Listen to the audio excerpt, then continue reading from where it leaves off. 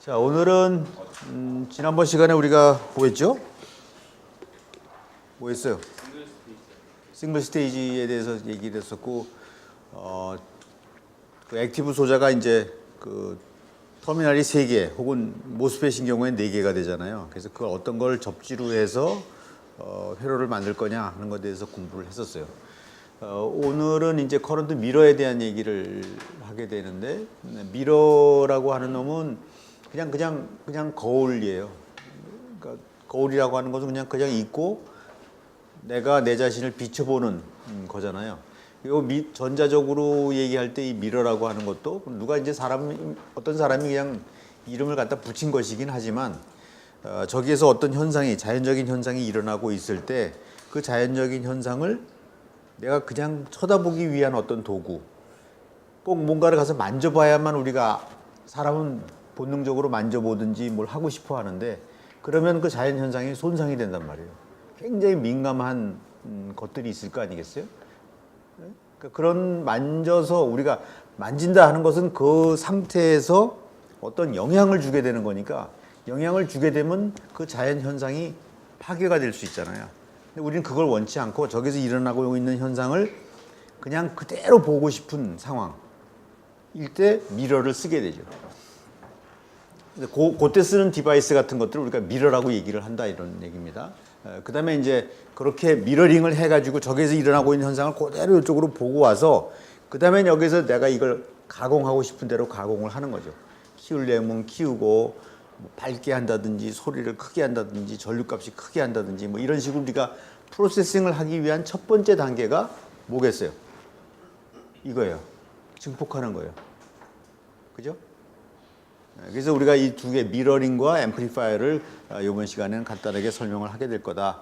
아마 전자회로를 다 배웠기 때문에 미러가 어떤 것인지 앰플리파이어가 어떤 것인지 하는 건 여러분들이 기본적으로는 알고 있으리라고 생각을 합니다. 그래서 이번 시간까지, 아마 다음 시간까지인가 계속해서 지난 학기에 배웠던 것들 혹은 여러분들이 학교 다니면서 배웠던 것들에 대한 것을 계속 리뷰하는 형식으로 강의가 진행이 될 겁니다.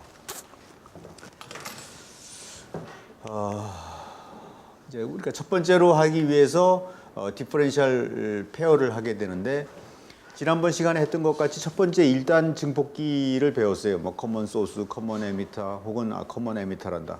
커먼 드레인, 커먼 게이트 해서 세 가지의 증폭기 상황을 배워서 어떤 자연적인 신호를 내가 증폭하는 것들을 배웠는데 괜찮았어요. 쓸만하단 말이죠. 근데 여러분들 내 목소리 지금 잘 들리죠? 네. 우리가 불을 끄고 옆에서 불을 끄고 모든 사람이 쥐 죽은 듯이 가만히 있으면 옆방에서 강의하는 소리가 들릴 겁니다. 들리겠죠? 네. 알아들을 수 있을까? 누군가 떠드는 것 같긴 한데 알아듣기 힘들 거예요. 그러니까 알아듣기 힘들다라는 건 무슨 뜻이죠? 소리가 작다, 첫 번째. 두 번째는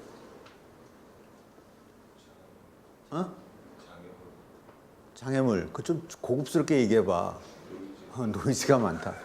야, 등록금을 갖다가 말이야 한 학기에 거의 1,000만 원씩 내고 댕기면서 지금 8번 냈잖아. 그럼 등록금만 거의 1억 원 냈잖아.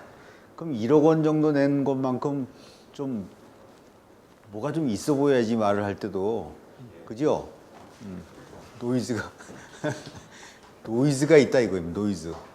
그래서 첫 번째로 그걸 크게 하면 제일 좋은데, 그래서 증폭기를 썼잖아요. 지난 시간에 여러분들한테 설명했던 증폭기를 썼어요. 그 소리를 크게 했어요. 그랬더니 소리가 크게 들리죠? 들리겠지, 당연히. 근데 잡소리까지 크게 들리는 거예요. 이 전방에서 나오는 이 에어컨 소리, 저쪽에서 나오는 소리만 내가 증폭을 하고 싶은 거잖아. 내가 옆방에서 하는 강의를 듣고 싶을 때는 저 사람 목소리만 증폭을 하고 싶은데 바깥에서 떠드는 학생들 목소리까지 같이 증폭이 되는 거죠. 그죠? 목표가 저것일 때는 이쪽 건 잡소리예요. 목표가 이것일 때는 저게 잡소리가 되겠지. 그죠? 나는 저게 목표이기 때문에 이쪽 거 다 잡소리예요. 근데 이쪽 것들은 내가 더 죽이고 싶은 거야. 노이즈를 죽이고 싶은 거예요. 그 노이즈를 어떻게 죽일 수 있겠느냐? 애를 많이 쓰죠. 그래서 첫 번째로 만들어 놓은 것이 뭐 필터링을 만든다든지 뭐 여러 가지 그런 기술들을 개발을 했을 텐데 사람들이 만들어 놓은 게 디퍼런셜 스테이지를 만들어서 한번 써보자. 그 노이즈 중에서 제일 기본이 되는 노이즈가 뭐냐면 여기서 되는 노이즈입니다. 나는 신호는 여기 있는데 기본적으로 여기서 나오는 노이즈. 이 노이즈들은 내가 없앨 수가 있지 않느냐 하는 거예요. 그래서 그 노이즈를 없애기 위해서 디퍼런셜 스테이지라고 하는 것이 고안이 됩니다. 물론 이것도 옛날서부터 만들어졌던 거예요. 옛날서부터 사람들이 그렇게 하면 기본적으로 하는 노이즈는 없앨 수 있다. 근데 이 트랜지스터라고 하는 놈이 옛날에는 진공관으로 썼기 때문에 되게 비싼 디바이스였어요. 그 비싼 디바이스여서 아이디어는 좋은데 너무 비싸다. 단가가 맞지 않는다. 이래갖고 사용을 하지 않다가 이런 디바이스들이 지난번에 얘기했듯이 값이 어떻게 됐어요? 무지무지하게 싸게 됐죠. 그래서 기술은 되게 고급 기술임에도 불구하고 가격이 막 내려가게 되니까 이제 이런 것들을 여러 개를 써가지고 사용한 이런 디퍼런셜 스테이지들이 사용을 하게 됩니다. 그래서 여기에서 시그널을 집어넣어 주게 되면 그 시그널에 대한 증폭을 요것도 보면 커먼 소스 회로가 되고 요것도 커먼 소스 회로가 되는 거예요. 커먼 소스에 대한 그 증폭기를 두 개를 패러렐로 붙여서 디퍼런셜 스테이지라고 얘기를 해서 사용을 하게 되는데 기본적으로 아마 이 구조는 알고 있죠, 그죠? 네. 그래서 여기서 보게 되면 VX, VY라고 하는 놈이 첫 단에 있는 에미터란다.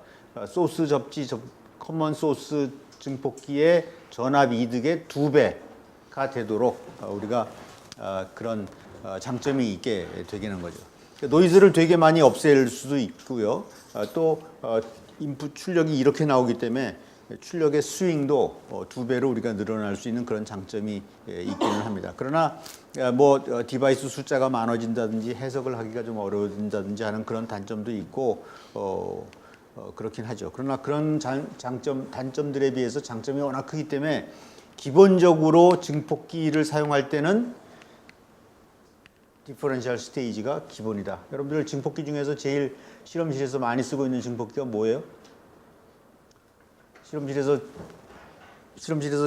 갖다 꽂을 때 오피앰프 제일 많이 갖다 쓰죠? 오피앰프 중에서 뭐 써봤어?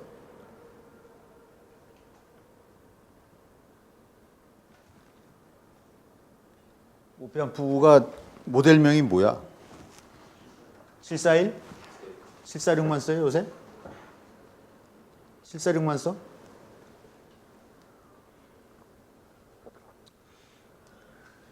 등록금 낸 거 맞냐? 응? 746만 써요? 746이나 356이나 아마 쓸 텐데 741만 쓰는 모양이지. 그 741이라고 하는 건 그냥 거기서 만들어낸 모델명인데 아마 처음으로 만들어낸 오피앰프. 그 킬비라는 지난 시간에 얘기했잖아요. 닥터 킬비 2000년에 노벨상 받았다는 처음으로 IC 만들었다는 사람. 기억나죠? 그 사람 때 만들어진 오피앰프의 혁명이 741이에요. 741. 근데 그냥 그게 계속해서 그냥 사용이 되고 있는 거예요. 제일 싸고 동작도 제일 잘하고 간단하고. 거기에 입력단이 바로 이렇게 돼 있어요. 모든 디퍼런셜 스테이지, 모든 증폭기의 입력단이 이렇게 돼 있다라는 거고요. 그래서 보게 되면 이렇게 조그만한 입력 신호가 들어가게 되면 이렇게 커다란 증폭기로 나오게 된다. 근데 이제 우리가 여기 모든 시그널은 입력 플러스 AC 플러스 DC를 줘야만 되죠. 그러니까 이렇게 하면 이게 증폭기죠. 그지? 증폭기다라는 말을 할 때 우리가 첫 번째 가정은 이 디바이스가 증폭기가 되도록 적절하게 바이어스가 되어 있다라는 가정 아래 이게 증폭을 하는 겁니다. 맞죠? 그죠? 그래서 이게 바이어스가 되어 있어야 돼. 바이어스가 되어 있다라는 건 각 터미널에 적절하게 DC 전압이 가해져 있다. 이 말입니다. DC 전압이 가해져 있지 않으면 트랜지스터라고 하는 놈은 틀림없이 증폭을 할 수 있는 능력이 있음에도 불구하고 디바이스의 터미널에 DC 전압이 가해져 있지 않으면 증폭기로 동작을 안 해요. 우리 학생이 아무리 똑똑하고 머리가 좋아도 적절하게 교육을 받지 않았으면 그 능력을 발휘할 수가 없잖아요. 그죠? 이것도 마찬가지로 그렇게 됩니다. 그래서 요만큼씩 항상 신호라고 하는 놈은 항상 DC 플러스 AC 요 신호를 얘기를 하는 거예요. 근데 회로를 해석할 때는 이놈은 항상 빼놓고 해석해요. DC에 대한 거는. 왜냐하면 이미 가정을 했으니까 디바이스는 적절하게 바이어스가 되어 있다라고 가정을 했으니까 그 DC에 대한 건 빼놓고 얘기를 하는 겁니다. 그것까지 집어넣어서 해석을 하려면 책의 두께가 교과서에서 다뤄져야 되는 내용이 되게 복잡해져요. 그리고 많은 경우에 여러분들이 실험을 해서 이렇게 실험을 해갖고 브레드보드에다 부품을 다 꽂아갖고 실험을 하면 동작을 합니까? 했어? 왜 오늘은 희암이가 안 보이지?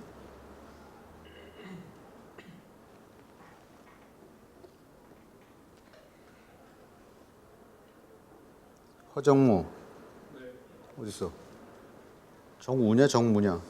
정무입니다. 내가 뭐 질문했지?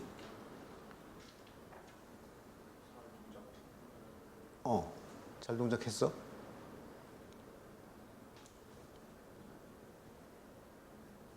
실험 들었죠?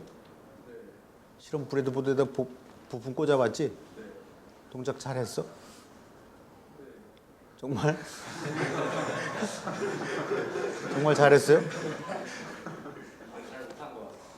응, 거짓말하면 안 돼. 나도 왕년에 다 해본 거거든. 한창이, 송재우. 네. 어디 있어요? 잘 동작했어?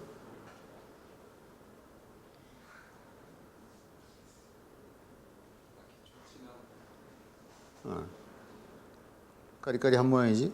그다음에 이건 누구냐? 아이씨, 서경호야, 영호야. 이거 좀 크게 해서 줄여놔요. 서영호. 네. 잘 동작했어요? 할 때도 있고 안 할 때도 있죠. 또 문성준, 이정훈. 어땠어? 가끔 돼요? 네, 보통 잘 동작 안 합니다. 최소한도 첫 번에는 동작 안 해. 첫 번에는 동작 안 한다고. 그게 대부분에 보면 이유가 이거 H 때문에가 아니고 이것 때문에 그래. DC 때문에. 바이오스가 잘 동작이 되어 있지 않기 때문에 안 해요. 교과서에는 되게 쉽게 나요. 입력단에다가 전압을 가해주면 출력단에서는 출력이 나오는 게 교과서에서 말하는 내용이야. 교과서에서는 요 DC 바이오스에 대한 건 그냥 적절하게 바이오스가 되어 있다 라고 얘기를 해요. 내가 여러분들한테 이렇게 질문을 하면 여러분들 질문 대답 잘 안 해. 잘 못해. 왜 나한테 질문을 하지? 이것도 혹시 학점에 관계되는 거 아니야? 이런 머리를 막 굴린다고. 그러다가 이게 그냥 질문을 하는 거구나 라고 상황 판단이 되면 그때부터 그냥 그냥 대답해도 되는 건가 보다 이렇게 생각을 하고 대답을 하는 것 같은데 그것도 마찬가지로 적절한 상황 파악을 하는 상황이지. 마찬가지로 여기에서도 DC 바이어스라고 하는 게 그렇습니다. 자기의 적절한 상황이 되어 있느냐. 그러니까 교과서에서 얘기할 때는 적절하게 되어 있을 것이다 라고 얘기를 가정을 하고 입력을 집어넣으면 출력이 나온다. 그러는데 우리는 실험을 하면 이게 제일 중요해요. DC 바이어스가 제대로 되어 있느냐. 그러니까 내가 여러분들 자주 얘기를 하지만 우리 학생들이 아주 현명하고 명석하고 똑똑한 학생들인데 항상 그 능력을 발휘하려고 그러면 적절하게 바이어스가 되어 있느냐를 확인을 해야 됩니다. 그 확인을 어떻게 하면 되겠어요? 어떻게 하면 될까?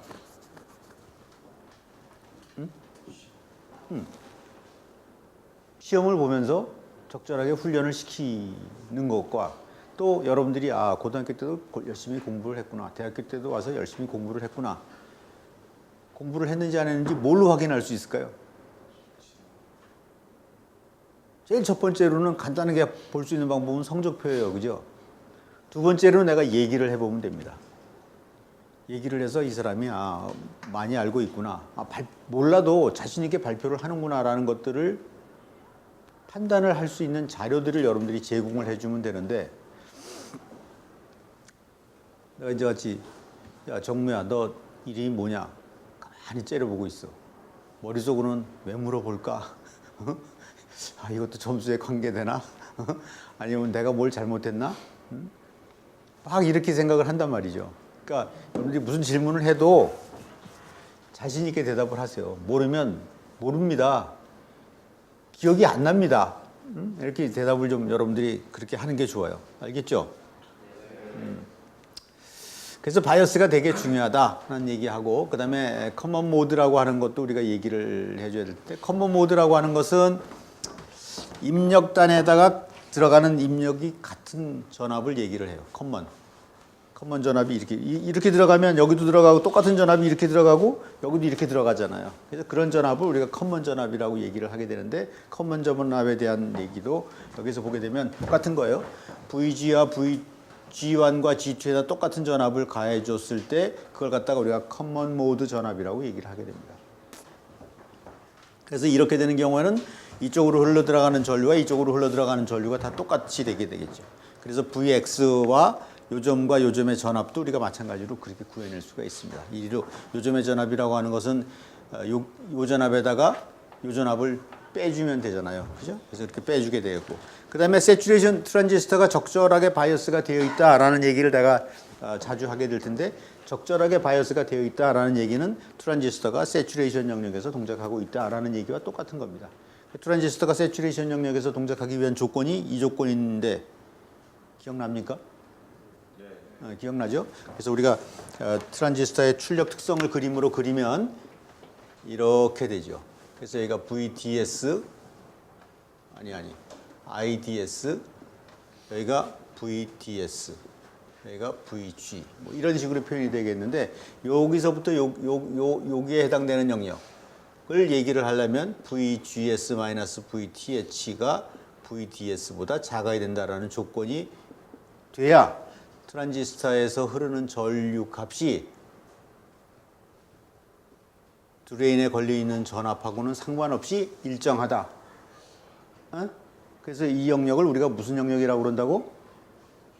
세츄레이션 영역이라고 얘기를 한다 그랬습니다. 이 영역은 다른 영역이고 우리는 잘 이용하지 않는 영역인데 오믹 영역이라고 얘기를 하죠. 그래서 이 조건에다 놓고 풀게 되면 커먼 모드 전압이라고 하는 것은 이거 어느 범위가 나와요. 커먼 모드 전압이 이렇게 여기에다 가해주는 게 되는데 막 무작정 막 가해주는 것들이 아니고 게 아니고 어느 정도 범위에서의 전압만 이 트랜지스터가 감당을 할 수 있다라는 겁니다.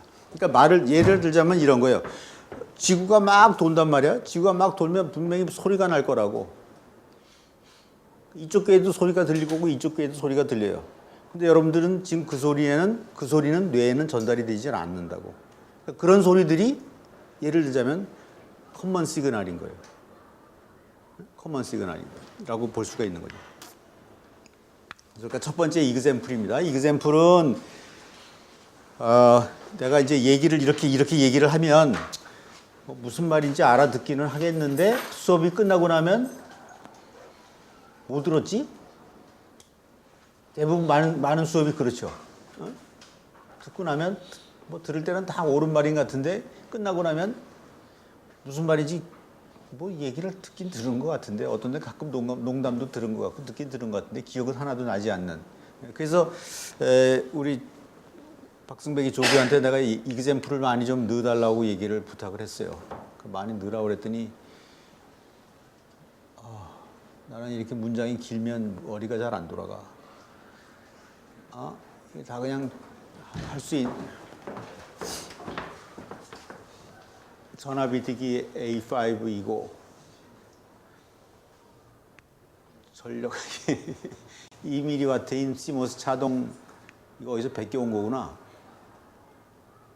어느 책에서 베껴온 거지. 이런 말 쓰지 마세요. 이게 우리나라 사람이 만들어 놓은 말 같으면 난 좋은데 대부분 이게 일본 말에서 베껴온 것들이라 아무튼 뭐 커먼 모드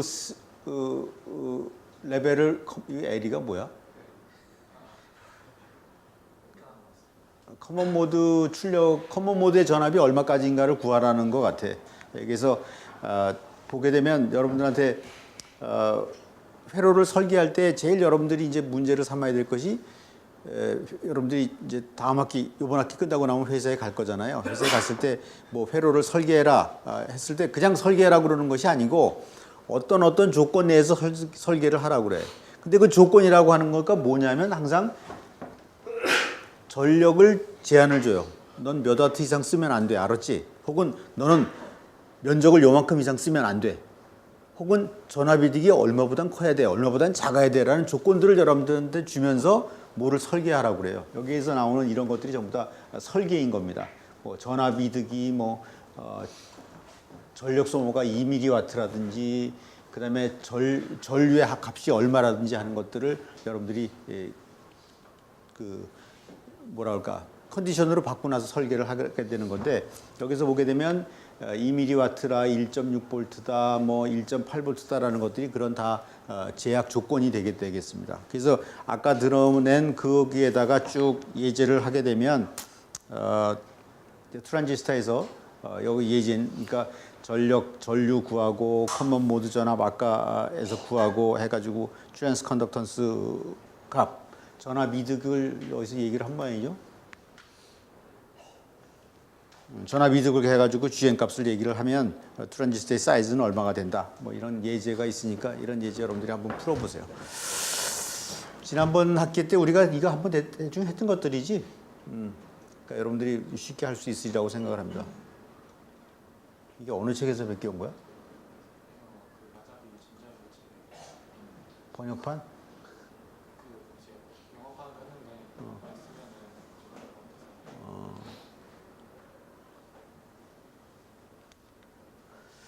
이건 이그샘플에서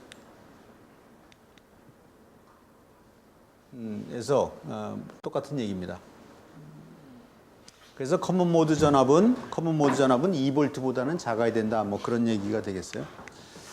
그다음에 이제 디퍼런셜 리스폰스에 대한 건데 디퍼런셜 리스폰스라고 하는 놈은 사실은 이걸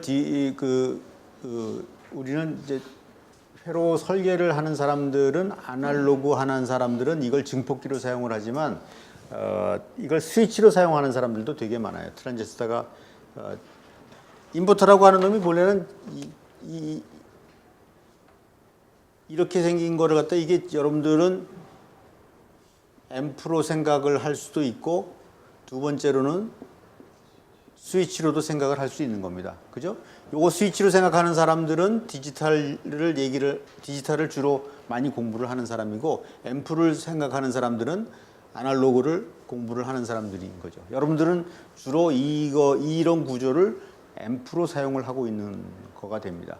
그래서 여기가 입력이 하이가 들어가면 여기가 로우로 떨어지고 뭐 이렇게 얘기를 하는 사람들은 이 출력 Vout이 V인하고의 관계가 이렇게 되는잖아요. 그죠? 그래서 여기가 입력이 로우 때, 낮은 전압일 때 출력은 하이 전압이 나오고 입력이 하이면 높은 전압이면 출력이 로우로 나오는 그러니까 뭐 0, 1, 1, 0 뭐 이런 테이블을 만드는 사람들은 이걸 스위치로 보게 되는 거고 그렇지 않은 사람들은 아날로그는 여기를 보게 되는데 여기를 보는 사람들은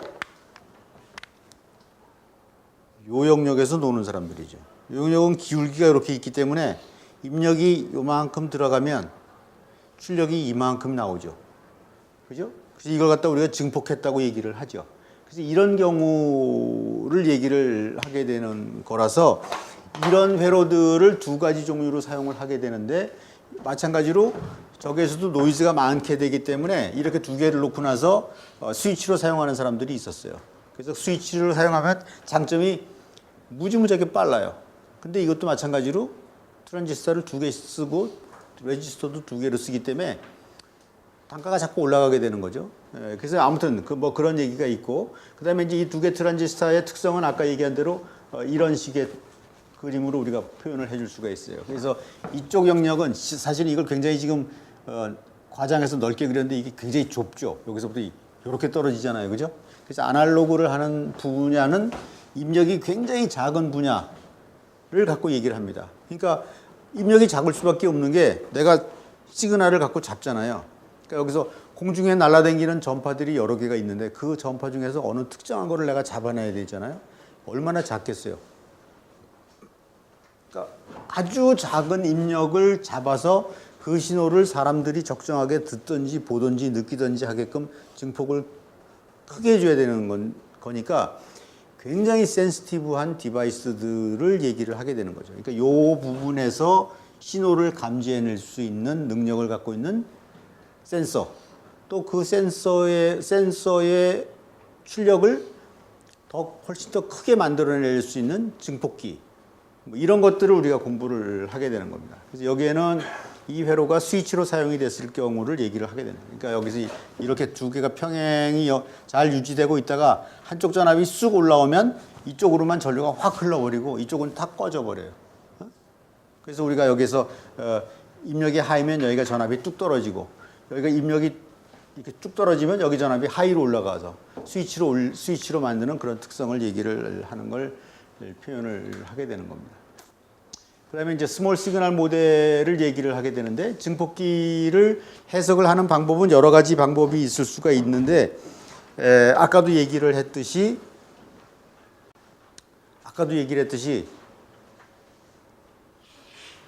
증폭기를 설계한다 그러면 이 증폭기가 어떤 상황이라고 가정을 한다고 그랬다고요? 적절하게 바이어스가 되어 있을 것이다 라는 가정 아래 이거의 능력을 해석을 하는 겁니다.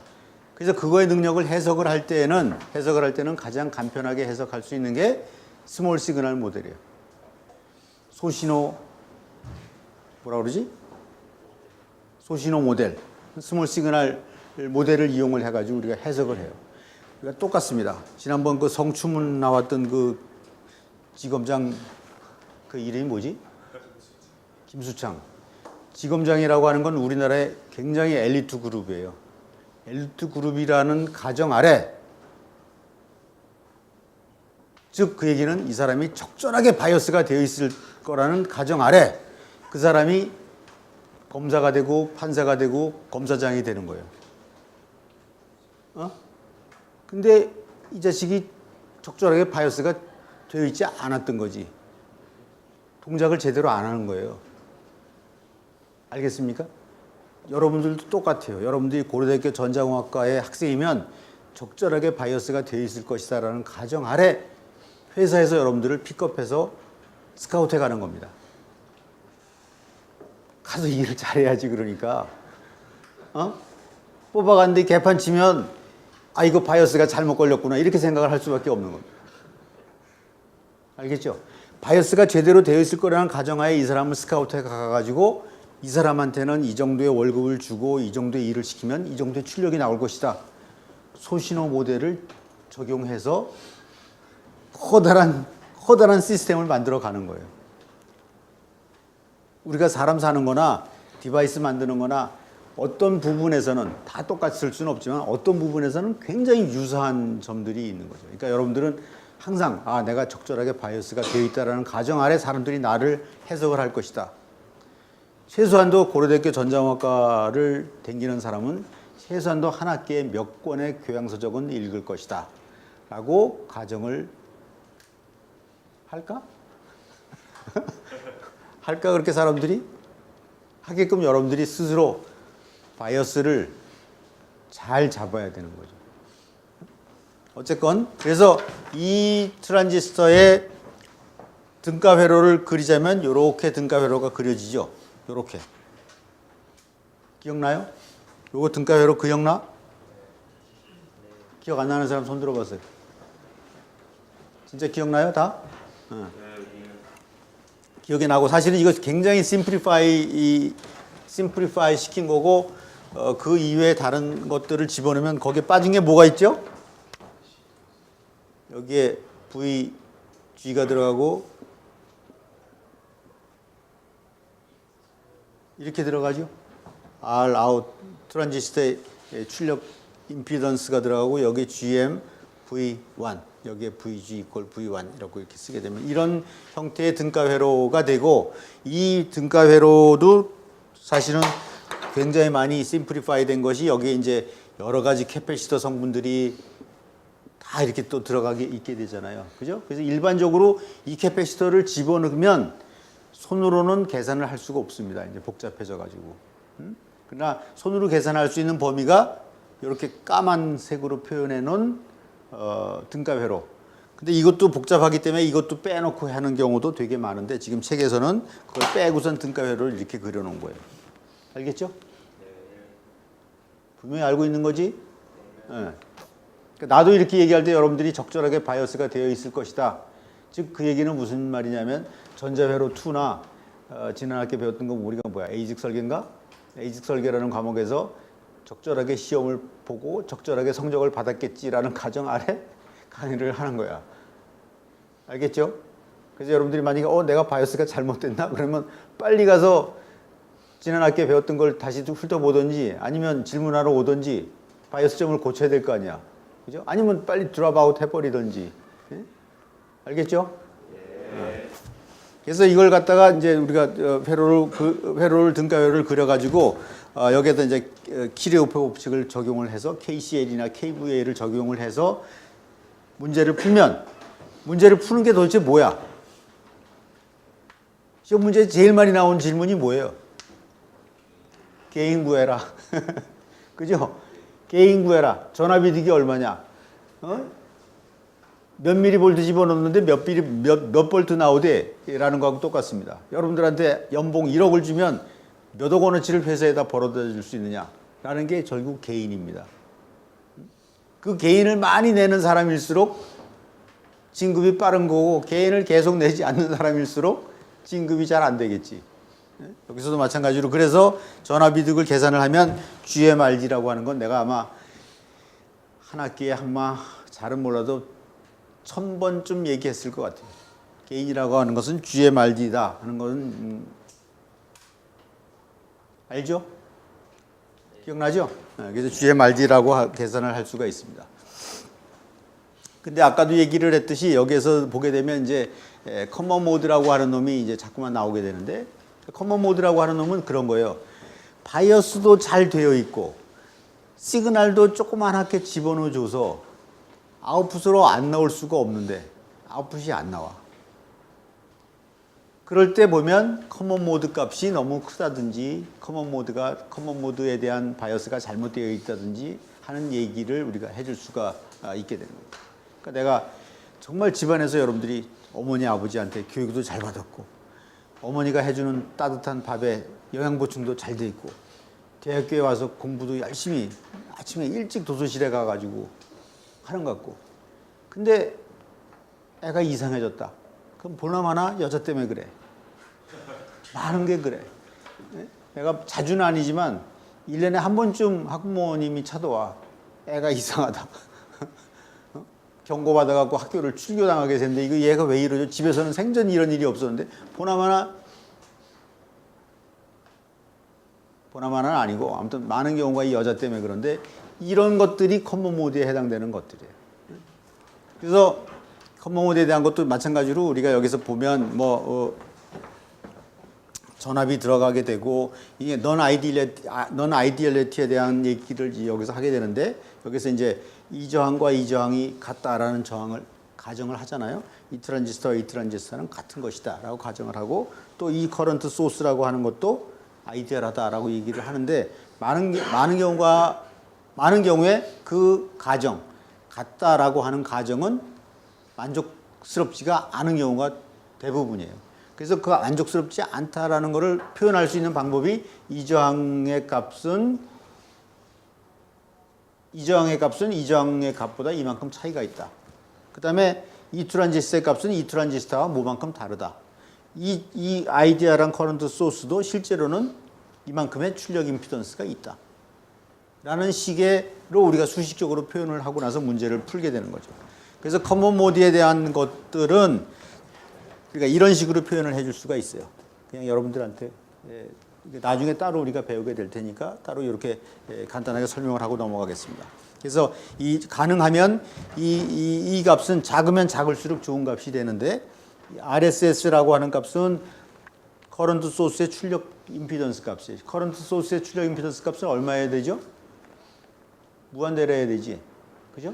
무한대로 해야 되는데 실제로는 이무의 값을 가지고 있어요. 수메가 혹은 수십 메가 옴 정도에. 근데 요 델타 RD라고 하는 놈은 되게 작은 값이에요. 뭐 0.1%, 0.1%, 뭐 이 정도로 아주 작은 값이기 때문에 이 값은 10의 뭐 마이너스 몇 승 정도의 값을 우리가 표현을 해줄 수가 있게 됩니다. 그래서 이제 커먼 모드 리젝션 레이시오라고 하는 단어도 우리가 나오게 되는데, 그래서 이제 어떤 증폭기 같은 걸 만들어 놓고 서로 평가를 할 때 평가하는 지표 같은 것들이 있어야 되겠죠. 우리가 A라는 학생하고 B라는 학생을 갖다가 둘을 갖다가 평가를 해야 된다. 평가하기가 참 어렵겠지. 왜 평가를 하느냐? 달리기를 잘하는 사람을 뽑으려고 그러냐?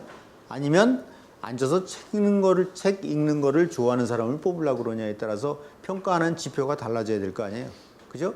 그래서 어떤 디바이스를 만들든지 어떤 시스템을 만들면 항상 이 디바이스 혹은 이 시스템은 어떤 때 좋다라는 걸 얘기를 해줘야만 돼요. 항상 좋은 디바이스는 없어요. 이놈은 이때 좋고 저놈은 저때 좋은 거예요. 근데 일반적으로 이제 그런 평가를 할 때 우리는 회로를 만들어서 회로가 증폭하는 쪽, 증폭기로 사용되는 공부를 하잖아요. 그죠? 그러니까 증폭기로 사용될 때 제일 좋은 것은 노이즈를 줄이고 내가 원하는 신호만 증폭하는 증폭기가 필요로 한데, 그럴 때 쓰는 지표 중에 하나가 커먼 모드 리젝션 레이시오예요. 커먼 모드 리젝션 레이시오가 크냐 작으냐에 따라서 회로가 좋고 나쁜 것이 결정이 된다 하는 겁니다. 그러니까 우리가 예를 들어서 이제 여기에 신호가 이렇게 들어가는 거예요. 여기에 디퍼런셜 신호, 이거 내가 원하는 신호예요. 여기에 노이즈가 막 끼어서 들어가는 거예요. 그러니까 이 노이즈와 이것과 이것이 신호가 들어가게 되는데, 이 노이즈에 대한 것, 커먼 모드에 대한 건 전압 이득을 작게 해주고, 이거 디퍼런셜 모드에 대한 건 신호를, 증폭기를 크게 해주는 거예요. 그러니까 이 신호는 증폭을 시키고 이 신호는 감소를 시키고, 그래갖고 출력으로 나오는 것들이, 여기서 커먼으로 나오는 것들은 막 이렇게 갔어야 되는데 그런 것들은 많이 줄어들고, 디퍼런셜 모드에 대한 건 이게 커지게 하는 이런 것들을 어느 정도의 값으로 표현해 주느냐 하는 지표가 커먼 모드 리젝션 레이시오다라는 겁니다. 그래서 커먼 모드 리젝션 레이시오에 대한 이그젬플을 했는데, 여기서 이제 내가 아까 얘기했던 그 식에 대한 이그젬플이에요. 그러니까 커먼 모드 리젝션 레이시오는 이건 디퍼런셜 게인, 이건 커먼 모드 게인 해가지고 커먼 모드 게인 분의 디퍼런셜 게인을 나눠준 걸 커먼 모드 리젝션 레이시오라고 그러는데, 우리가 실제로 알고 있는 값들을 쭉 집어넣어주게 되면 이것도 책에서 100개 갖고 온 거야? 이래서 자꾸 나한테 전화를 했구나. 이게 되느냐고. 커먼 모드 리젝션 레이시오 값을 일반적으로 구하면 보통 한 10에 한 4승, 10에 3승, 4승 정도가 돼. 그러니까 커먼 모드에 대한 것은 많이 줄여주고 디퍼런셜 모드에 대한 것은 키워지고 하기 때문에 이게 2200밖에 안 나와요.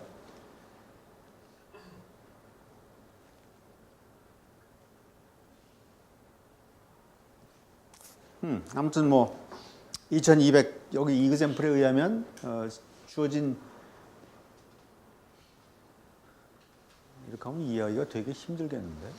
이거 이그젬플 1하고 연결이 돼 있는 거다? 오른쪽 그림에서 원래 저항이 있어야 되는데 실제 저항 값을 만약에 저 보스 써서 다른 클라이언트를 하게 되면은 그때 보스의 사이즈에 따라서 약간씩 달라지기 때문에 그때에 대한 시행을 아니요, 그렇게 하면 안 되고, 이걸 만들 때 여기에서 델타 R이면 델타 R로 집어넣어야지, 이렇게 주면 안 되지. 응? 델타 R로 바꾸세요. 다시 올려줘, 학생들한테.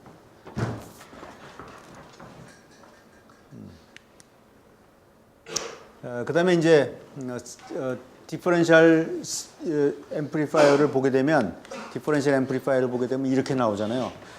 시그널이 이렇게 들어가죠. 그죠? 그러면 출력이 여기서 이렇게 나오죠. 맞죠? 근데 우리는 정기적인 신호를 다룰 때 항상 한쪽을 접지를 시켜야만 돼요. 기준점을 잡아야 된단 말이죠. 그래서 기준점을 잡다 보니까 신호가 항상 싱글 엔디드야. 여러분들 디퍼런셜 앰플리파이어 오피앰프 많이 갖고 놀았을 텐데 실험실에서. 그렇죠? 오피앰프 갖고 놀았지? 오피앰프에서도 입력 단자가 두 개인데 항상 하나 접지시켰죠? 기억나? 오피앰프 항상 접지시켰어요. 하나 접지시키고 여기다만 집어넣었어요. 또 출력 단자 여기가 두 개야. 근데 하나는 쓰지 않고 항상 하나만 써. 그게 기준을 찾아내기 위해서 우리가 얘기를 하게 됩니다. 그래서 디퍼런셜 앰플리파이어, 디퍼런셜 인풋, 싱글 아웃풋 이렇게 얘기를 합니다. 그래서 디퍼런셜 투 싱글 컨버전이라는 얘기를 하게 되는데 우리는 이렇게 해서 전압을 신호가 이렇게 들어오는 신호를 출력을 여기서 끄집어내는 거를 기본으로 디퍼런셜 앰플리파이어를 만들고 있는데 이렇게 해서 많이 사용을 했죠. 이렇게 해서 많이 사용을 하고 있는데 이제 자꾸만 노이즈에 대한 것들도 문제가 커지고 전력 이득에 대한 것도 문제가 커지고 파워에 대한 것도 문제가 커지니까 그러면 여기를 이렇게 놀려놓을 필요가 없지 않냐. 여기에 나오는 신호도 신호인데 이걸 좀 이용을 하면 2배의 이익을 얻을 수 있는데 그걸 써먹으면 어떻겠느냐 하는 아이디어가 나오게 된 거죠. 그래서 아까 여기에 있던 이 놀고 있는 단자를 이렇게 서로 연결을 시킴으로 해가지고 여기에서 벌어지는 일들이 이쪽으로 전달이 되도록 그래서 전압이득이 아까 싱글 엔디드의 딱 2배가 될 수 있도록 만들어 놓은 회로가 이런 회로가 됩니다. 이 회로도 지난 학기에 여러 번 얘기를 했는데 기억이 나요? 네. 이 회로 기억나죠? 네. 기억 안 나는 사람들은 지금이라도 잘 보세요. 기억 안 나도 괜찮아. 그러니까 지금이라도 잘 보면 돼요. 그래서 이게 가장 디퍼런셜 앰플리파이어의 기본이 되는 구조가 된다 하는 거고 여기에 있는 요 트랜지스터를 갖다 우리가 디퍼런셜 스테이지, 디퍼런셜 인풋 스테이지라고 얘기를 하고 이렇게 되어 있는 것을 갖다가 액티브 로드라고 얘기를 합니다. 액티브 로드라는 말은 딴 게 아니에요. 그냥 트랜지스터를 썼으면 뭐라고 그랬겠어요? 아니야, 트랜지스터 아니고 레지스터를 썼으면 패시브 로드야. 근데 이걸 트랜지스터로 썼기 때문에 그냥 그럴듯하게 그냥 액티브 로드라고 우리가 이름을 붙여서 사용을 하고 있는 겁니다. 그래서 여기서도 보게 되면 입력 단자가 두 개인데 출력은 요리로 하나를 꺼내요. 하나를 꺼내는데 요 단자에서만 꺼내는 게 아니고 요 단자에 의한 요거에 의한 출력도 꺼내고 요거에 의한 출력도 마찬가지로 꺼낸다 그래가지고 우리가 아까 같이 전압이득이 2배가 됐다라는 뜻입니다. 그 이유는 요걸 갖고 우리가 뭐라고 그러죠? 이런 구조를 갖다가 뭐라고 배웠어? 미러라고 배웠죠. 여기서 보게 되면 여기에 있는 신호는 여기에 출력 단자는 요 입력에 의해서 결정이 돼요. 여기에 있는 출력은 요거에 의해서 결정이 돼요. 그래서 이렇게 나가는데 여기에 있는 출력, 여기에 입력에 의해서 이렇게 나가고 여기에 있는 입력에 의해 갖고 여기가 나오는데 그 입력이 요 미러에 의해 갖고 요리로 전달이 돼요. 그래서 여기에 있는 출력도 요리로 같이 나가는 거예요. 그러니까 하나는 여기에서 바라보다 봤을 때 출력이 나오는데 하나는 여기에 의해서 나오는 거고 하나는 저기에 의해서 나와요. 그 두 개를 합해가지고 출력이 2배로 늘어난다 하고 우리가 볼 수가 있습니다. 그러니까 똑같은 구조인데 아까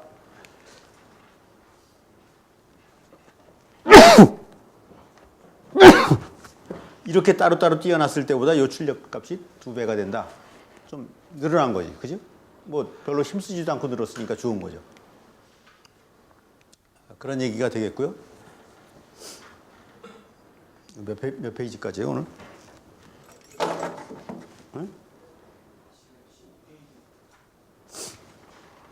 그래서 우리가 여기서 보게 되면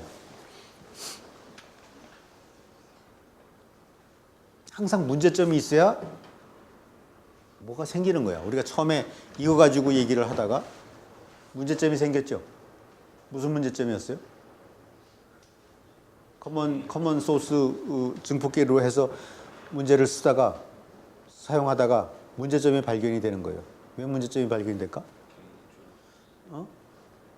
뭐가 아쉬웠을까요? 노이즈 문제도 있을 거고 또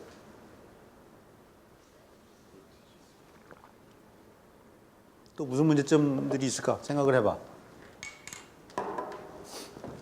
정무, 우리나라 축구의 앞날이 어떻다고 생각하냐? 문제점이 뭐야?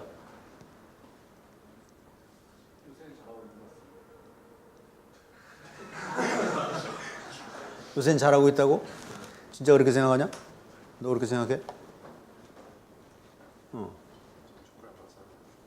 축구를 안 봐?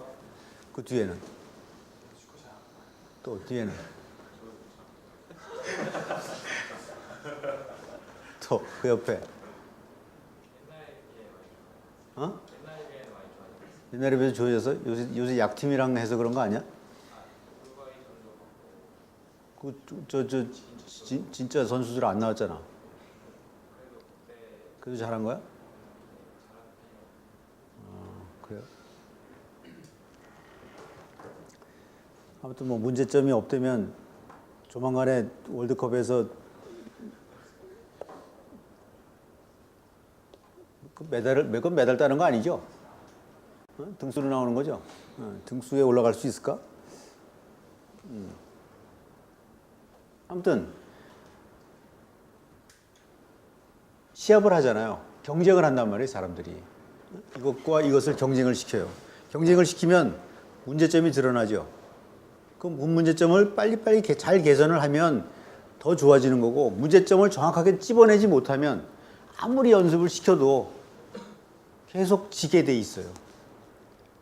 지게 돼 있다고. 근데 진짜 극한 상황으로 가게 되면 사람들이 그 문제점을 굉장히 잘 찝어낼 뿐만 아니라 찝어낸 문제점을 개선하려고 무지무지하게 노력을 많이 하게 돼 있어요. 그래서 여러분들도 언젠가 한번 무슨 문제점을 찾으면 정말 그거 이외에는 다른 생각을 할 수 없을 만큼 여러분들이 몰두를 하면 뭐가 나온다는 거예요. 아이디어가 나오고 새로운 혁신적인 아이디어나 제품이 나오게 돼 있어요. 근데 언제 사람이 제일 그것을 어떤 문제점을 해결하려고 몰입을 할 수 있을까? 뭔가를 몰입시키는 힘이 필요로 하겠죠. 그게 굉장히 여러분들이 그걸 한번 경험해 본 사람들은 다른 사람들하고 많이 차원이 다른 생각을 할 수가 있습니다. 한 번도 해보지 않은 사람은 그냥 안 하고도 살 수 있으니까 괜찮아요. 근데 어떤 가치를 새롭게 느낄 수 있는 거야. 내가 진짜 여기까지 내가 갈 수 있는 거였었구나. 산에 오르는 사람들이 그래서 오르는 거 아닐까 싶어요. 난 산 오르는 걸 별로 좋아하지 않는데 저 사람들은 왜 저렇게 저쪽으로 의정부 쪽으로 가다 보면 막 도봉산에 그 새까맣게 개미새끼들 같이 매달려 갖고 올라가잖아. 난 그걸 왜 올라가는지 모르겠어. 근데 그거 올라가는 사람들은 내가 알지 못하는 어떤 걸 느끼기 위해서 거기로 올라가잖아요. 그래서 나는 저거 정말 어떤 감정일까를 느껴보고 싶은데 하고 싶지는 않다는 거지. 겁이 나서.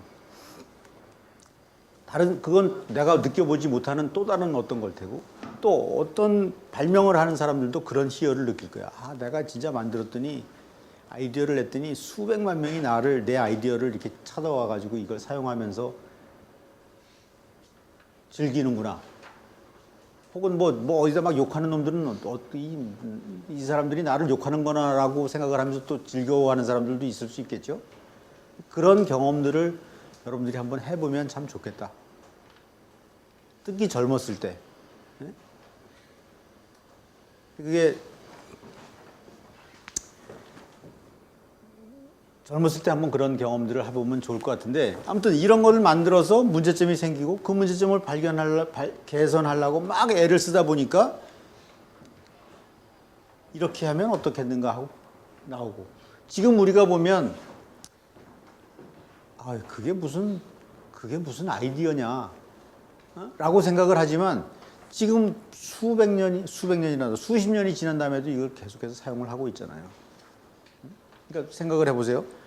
옛날에 서부 영화 여러분들 많이 봤지? 서부 영화. 카우보이 영화 많이 봤죠? 안 봤어? 카우보이 영화를 보면 동부에서 미국 쪽의 동부 쪽은 비옥한 땅이고 서부 쪽은 사막이에요. 캘리포니아도 전부 다 사막이야. 그래서 사람들이 안 살아. 미국이 이렇게 생겼죠. 여기 멕시코고. 여기는 굉장히 비옥한 땅이고 여기는 뭐 이쪽은 전부 다 사막이에요. 여기 아리조나, 뉴멕시코, 여기 캘리포니아 뭐 이렇게 다 있을 때. 그래서 사람들이 여기서 이쪽으로 가질 않아요. 전부 다 이쪽에 와서만 살지. 근데 여기에서 금이 발견이 돼. 그래서 사람들이 이쪽으로 이렇게 옮겨가기 시작을 해요. 그러면서 카우보이 영화가 나왔대. 카우보이 영화의 배경이 그런 배경이야. 그래서 여기서 금광이 많이 나오죠. 가면 금이 길거리에 널브러져 있다라고 소문이 나서 많은 사람들이 이쪽으로 간다고. 그래서 금을 많이 찾죠. 그래서 돈 버는 사람이 누군지 아세요? 정치인? 정치인들은 원래 돈이 없어요. 걔네들은 입으로만 돈이 많은 것 같이 얘기하는 거죠. 말 파는 사람, 청바지 만드는 사람, 군화 만드는 사람. 이 사람들이 돈을 벌고 금광을 캐는 사람들은 결국 돈을 10,000명 중에 1명만 돈을 벌지 나머지는 다 망해요. 회로라고 하는 거라든지 새로운 개념의 기술을 만들어내는 것도 마찬가지입니다. 큰 아이디어를 탁 내도 그 아이디어를 탁 내는 그것 자체로 거기서 끝이 나지 그로부터 파생되는 기술들이 굉장히 많아요. 그 큰 기술은 큰 돈은 못 벌더라도 파생 기술이 되게 많은 거예요. 이런 것들 때문에 여러 가지 파생 산업들 뭐 깡통 조림 만드는 거서부터 여기서부터 나오는 거예요 다. 음식을 갖다가 오랫동안 가지고 다니고 보관하기 위해서 깡통도 만들어야 되고 또 총알도 만들어야 되고 그 사람들이 얼마나 험한 상황에서 작업을 하니까 옷이 얼마나 잘 찢어지겠어. 그러니까 옷이 찢어지지 않고 튼튼한 옷을 만들기 위해서 청바지도 만들어야 되는 거고 또 흙을 얼마나 삽질을 많이 하겠어요. 그러니까 튼튼한 삽을 만들어야 되고 이런 산업들이 쭉 발전이 되면서 전체적으로 커지는 겁니다. 그러니까 여러분들이 이런 공부를 할 때도 이거 뭐 별거 아닌 것 같은데 근데 절대로 그렇지 않다는 거지. 그 뒤에는 굉장히 커다란 기술이 있는 거예요. 커다란 기술 속에 여러분들이 커다란 톱니바퀴 중에 그 중에 한 톱니를 여러분들이 담당을 해야 되는 거죠. 그 다음에 이제 그 액티브 로드를 이용을 한 회로들이 되겠습니다. 그래서 여기에서 보게 되면 전압이 이제 디퍼런셜 전압이 하나는 이렇게 이쪽으로 이렇게 올라가고 이쪽으로 이렇게 떨어지는 디퍼런셜 신호가 들어가게 되면 요 신호에 의해서 전류값이 이쪽으로 늘어나게 될 거고 이쪽으로는 줄어들게 될 거고. 그래서 여기 있는 신호가 이렇게 빠짐과 동시에 요 신호, 요 커런트 미러를 보게 되면 그러니까 이거 두 개 빼고 요것만 보게 되면 여기에 있는 전압의 변화가 전류의 변화가 요리로 그대로 전달이 되죠. 그죠? 그래서 여기서 보면 이쪽을 미러링을 하게 되는 거잖아요. 그러니까 이쪽으로는 빠지는 것과 동시에 여기에서 늘어난 전류가 이쪽으로 다시 또 공급이 되니까 이쪽에서 보게 되면 내가 아까 준 신호, 요 신호의 전화, 요 신호에 의한 전류 변화를 2배로 여기서 볼 수가 있다. 그러니까 이 신호가 요만큼 들어가도 이만큼 아까 우리가 예측했던 신호보다 2배만큼의 전압 이득 혹은 전류 이득을 볼 수 있다라는 것이 디퍼런셜 페어 with 액티브 로드 그러니까 커런트 미러를 부하로 로드로 사용한 디퍼런셜 스테이지의 특성이 되겠죠. 그 다음에 이제 아까도 얘기했지만 우리가 회로를 만들어 놓고 제일 첫 번째 질문이 뭐냐면 뭘까요? 개인이 뭐냐? 그죠? 개인이 뭐냐? 개인이 뭐냐를 우리가 물어보는데 개인이 뭐냐라고 물어봤을 때 첫 번째로 생각나는 게 여러분들 뭐예요?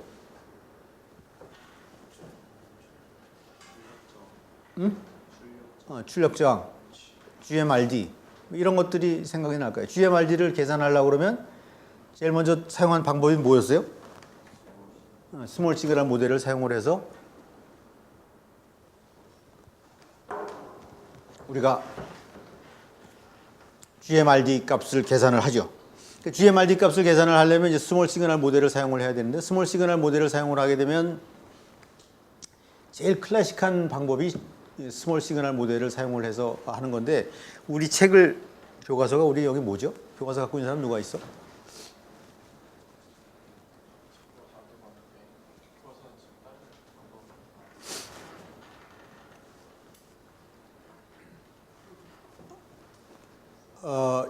우리가 지금 만들고 있는 이 파워포인트의 자료가 그 지난 학기 여러분들 교재로 썼던 라자비 거를 교재로 썼었지? 그 책 다음 책에 나오는 다음 책을 우리가 교재로 쓰고 있는데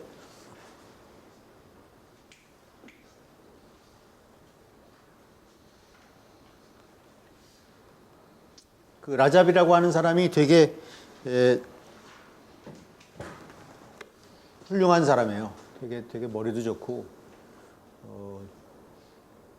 좀 특이하기는 하지만 되게 능력이 많아서 전자회로 분야에 큰 업적을 많이 남기는 사람이거든. 근데 그 사람은 이제 태분한의 등가회로를 이용을 해서 약간 다른 사람들이 일반적으로 푸는 방법하고 다르게 문제를 푸는데 아무튼 이런 두 가지 방법으로 우리가 문제를 풀 수가 있습니다. 그래서 이 회로 이 디퍼런셜 스테이지를 갖다가 첫 번째로 이제 스몰 시그널 모델로 우리가 풀 거고 그다음에 두 번째로 태분한 등가회로를 해서 문제를 풀었는데 지난 학기에도 아마 스몰 시그널 모델을 가지고 푸는 건 했었을 거예요. 맞나? 네. 맞아요? 네. 그래가지고 이 회로를 등가 회로로 그리면 우리가 이렇게 표현을 해줄 수가 있게 됩니다. 트랜지스터 하나하나를 다 아주 간단하게 등가 회로로 바꿔놓은 거예요. 요걸 바꿔놓으면 이렇게 되고 여기에서 이쪽을 들여다봤을 때 등가 회로라고 하는 놈은 여기서 보이는 이 저항하고 아이씨 이거 참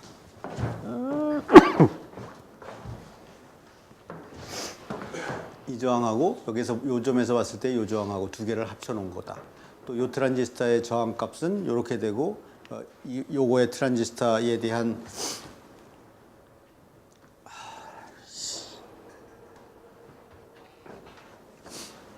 등가 저항은 이렇게 됩니다. 또 여기에 대한 거 이렇게 되고 여기에 대한 거 이렇게 되고 똑같이 우리가 그냥 똑같이 아까 했던 요 회로 이렇게 그림을 그려가지고 전부 다 맞게끔 해석하기 편하게끔 모양을 만들어 놓으면 이렇게 회로가 만들어지게 되는 거죠. 여기에서 이제 전압 이득이 얼마냐라는 걸 알려고 그러면 출력단에서부터 KVL이나 KCL을 적용을 해서 이리로 흘러 들어가는 전류 혹은 그러니까 4개의 단자로 이쪽으로 들어오는 모든 전류의 합은 제로다. 혹은 나가는 전류의 합은 제로다라고 우리가 놓고 문제를 풀으면 됩니다. 그래서 그렇게 놓고 나서 문제를 풀으면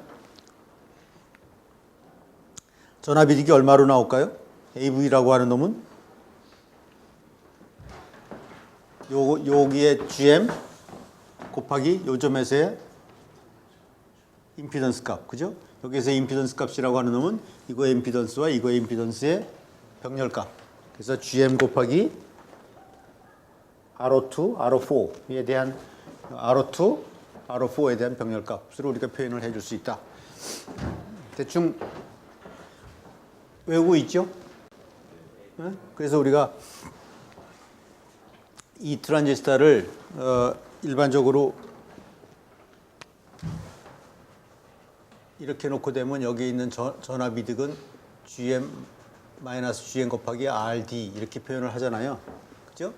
근데 이 저항값을 크게 해주면 전압 이득이 커져서 좋은데 이 값을 크게 해주기 위해서 이렇게 해서 문제를 풀었죠. 이렇게 해서 이 값을 크게 해줬죠. 그죠?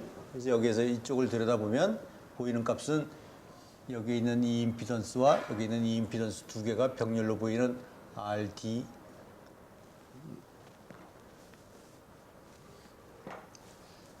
RDS2 parallel RDS4 이런 식으로 우리가 해줬던 거하고 똑같은 형태로 답이 나오게 된다는 겁니다.